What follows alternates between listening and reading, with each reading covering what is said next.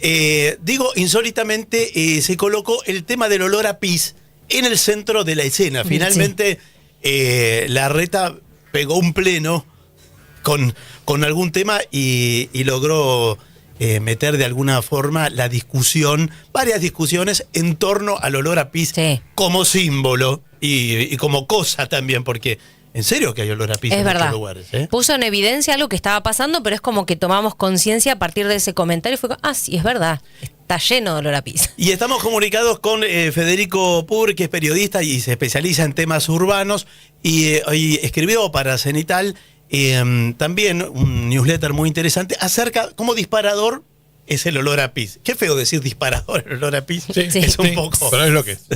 Pero es lo que es. Y por ese camino llegamos a un lugar obvio que es la ausencia de baños públicos. Hola, Federico. ¿Qué tal? ¿Cómo estás, Patricia? ¿Qué tal? ¿Cómo andás? Muy bien, muy bien. Bueno, en principio vos desarrollaste hoy un tema que surge casi por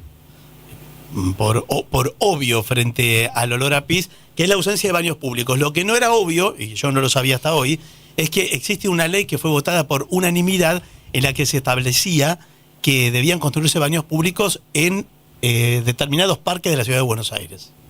Sí, efectivamente, y lo que llama la atención ahí es que había tenido el apoyo de todos los partidos en su momento. Es una ley sancionada en 2018 y que justamente para conseguir el apoyo del resto de los partidos, su impulsora había dicho, bueno, arranquemos por algo más o menos obvio, más o menos mínimo, un objetivo de mínima, que es estos parques de más de 3.000 metros cuadrados, que vos digamos, una serie de hectáreas que son de gran extensión, al menos tengan baños como para que la gente pueda pasar tiempo. El Parque Avellaneda, el Indoamericana, el Parque Lezama, digamos, esta idea. Y esto nunca se implementó, ya digamos, durante la gestión Larreta, también hay que decirlo, pero obviamente tampoco durante la gestión de Jorge Macri.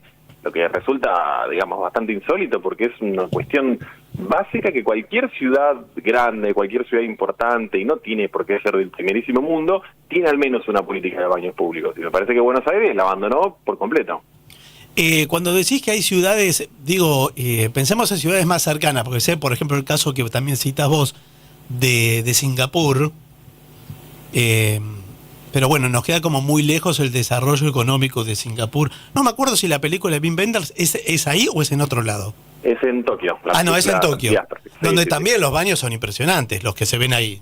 Obviamente, pero yo lo que decía también en la nota es que, por ejemplo, ciudades como Montevideo o Bogotá tienen al menos una política. Yo no digo que sea perfecto, ni que sean impecables, ni que alguien hoy diga, che, pero yo vivo en Bogotá y hay uno que no funciona, pero al menos tienen una idea de, este es nuestro plan de baños públicos, este es nuestro programa para extenderlo, esta es la forma en la que los mantenemos, incluso sus mapas interactivos. Uno puede ingresar por el celular y decir, ¿dónde está el baño público más cercano a donde estoy yo? ¿Está abierto o no está abierto? ¿Es accesible para discapacitados? ¿No es accesible? En todo caso, digo, ciudades hermanas de Latinoamérica tienen esa política, no es que la abandonaron. Y si hay alguna crítica es, bueno, ¿cómo mejoramos? ¿O cómo hacemos que estén abiertos más tiempo? ¿O cómo hacemos para que se mantengan mejor?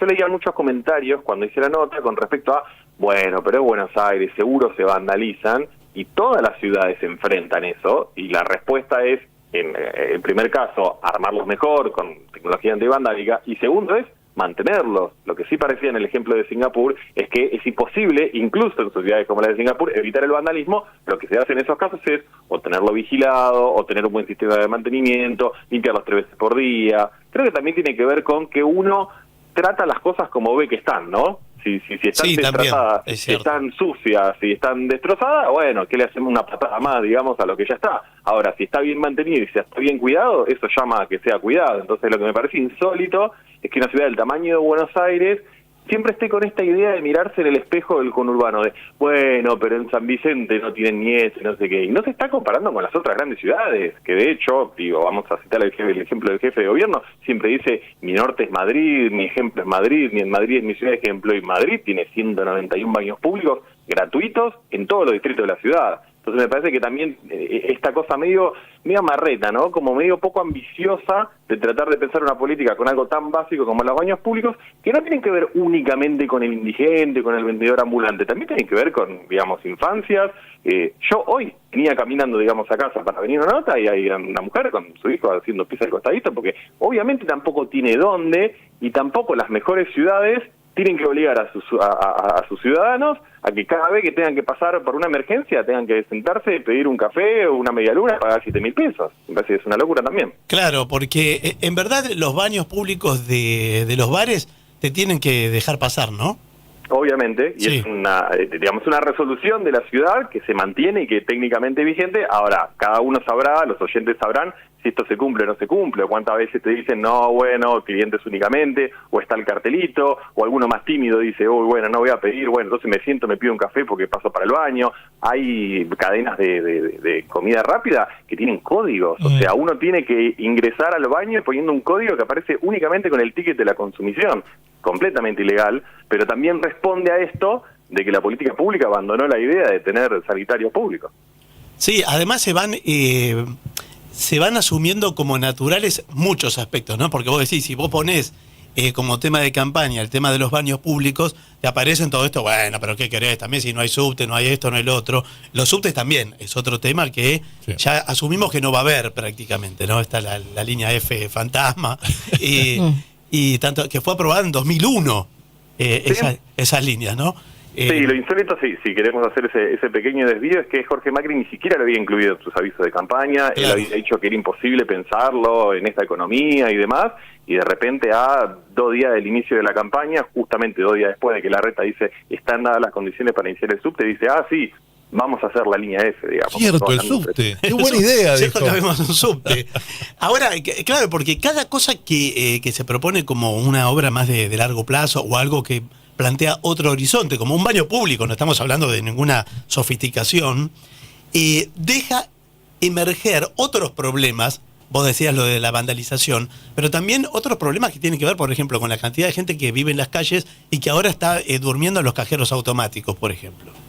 Sí, y yo creo que ahí de vuelta, no es que la ciudad tiene que dejar de atenderlos. En otro artículo yo hablaba con María Migliore. María había sido, digamos, ministra de Larreta de Desarrollo Urbano, estuvo Desarrollo Humano, estaba involucrada con la Organización de Barrios Populares, y ella decía que siempre hubo más gente de provincia que venía a usar los servicios de Capital, porque hay más gente de provincia que también viene a trabajar a Capital y a generar la riqueza de Capital, digamos, pero entre otras cosas también recibía gente que por las oportunidades, por el acceso a lo que sea, iba a Buenos Aires a pedir, a dormir, a cartoñar o lo que fuera.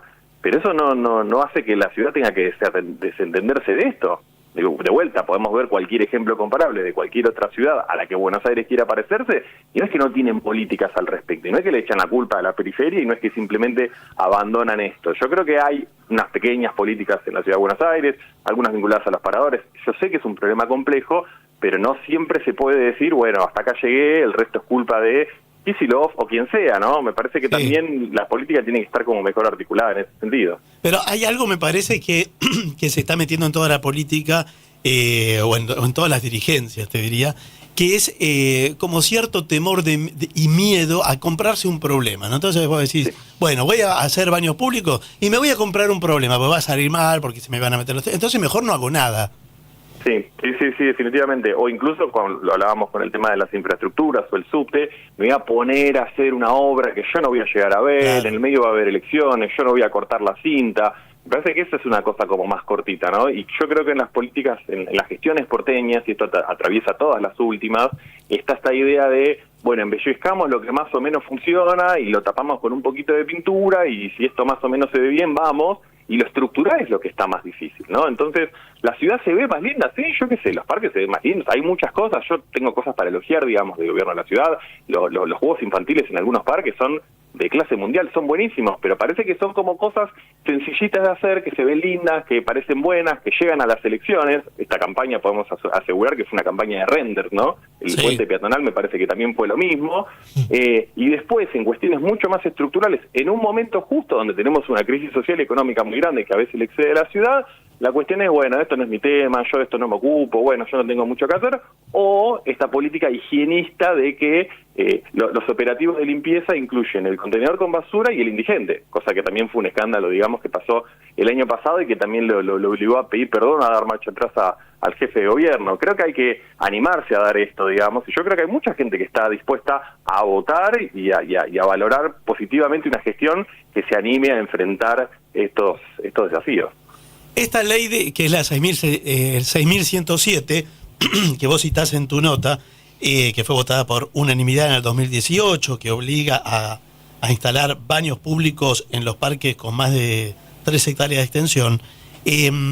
¿Se sabe cuánto cuesta esto? ¿Cuánto costaría? ¿O cuántos baños son? Mira, la idea era que los parques estos fueran Avellaneda, Centenario, Chacabuco, Interamericano, Lezama, Rivadavia, Saavedra, Sarmiento, Costanera Sur, Palermo y Agronomía.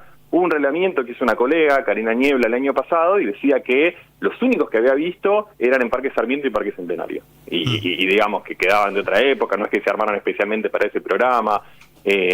No debería costar mucho, y una cosa interesante que yo planteo en la nota es que ni siquiera es necesario que esto sea gratuito para que sea una política pública, ¿sí? Hay algunas ciudades que dicen, bueno, te cobramos un pequeño valor simbólico, 10 centavos de euro, 25 centavos de euro, no importa, pero eso no quiere decir que no sea rol del Estado sostener con esta política pública alguna idea para facilidades. Hubo muchas personas que me escribieron después de que hice la nota, la publiqué de la mañana, que me decían, yo soy una persona mayor, siempre tengo estos problemas, o tengo algunos problemas en particular, entonces paso mucho tiempo en la calle, necesito pasar por el baño. No todo tiene que ser resuelto con, bueno, el Starbucks va a resolver tu necesidad de pasar por el baño. Eso es como renunciar a una idea que tiene que estar desde el lado estatal siempre. Entonces es muy loco que teniendo varios años esta ley nunca se haya implementado y no esté ni en el radar de cómo empezar a hacerlo. Exactamente, bueno, y además lo que decís, ¿no? Un baño bien cuidado establece también una pauta de conducta que se extiende también quizás hacia lo privado, también hacia los bares. Hay muchos restaurantes que tienen el salón divino, impecable, y tienen un baño que da vergüenza. No, definitivamente. Y hay políticas en ciertas ciudades que también alientan al privado a que abra, incluso con incentivos económicos, pequeños incentivos económicos, a que abra sus baños también a personas. Esto pasa en muchos lugares, digamos, del Reino Unido, de Edimburgo, Londres. Entonces, ¿por qué no pensar o por qué no ser más creativos en ese sentido como para poder abrirlo y dar un mejor servicio? Bueno, mirá el olor a pis en la campaña, hasta dónde nos trajo, hasta una ley olvidada de baños públicos. Ojalá que en algún momento se retome esta política. Sigan el newsletter de Federico Pur en Cenital, que toca temas muy interesantes sobre ciudades y urbanismo. Gracias, Federico. A ustedes por el contacto.